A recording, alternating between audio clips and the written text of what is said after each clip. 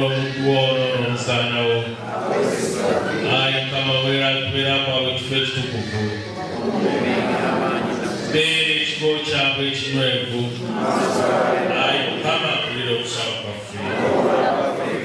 Wabaddewo okusaasaana mu bintu bingi naye mu bubaka Katonda bw'ayogedde naffe enkya ya leero atukubiriza.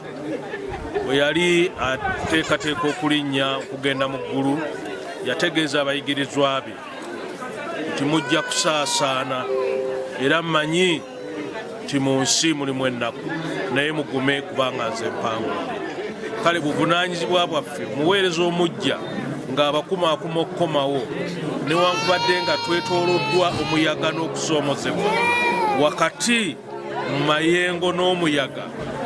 Katonda oyo yennyini ababeeri era abakozese okukolera awamu okulaba nga tutwala obuvunaanyizibwa bwaffe tuveeyo yonna gye tusaasaanidde tuwulire ye Katonda yennyini kyayagala tukozesa nga tuweerereza mu kkanisa yaffe eno obusaabadikoni obw'Entebbe era ne mu bulabirizi obw'Ennamire.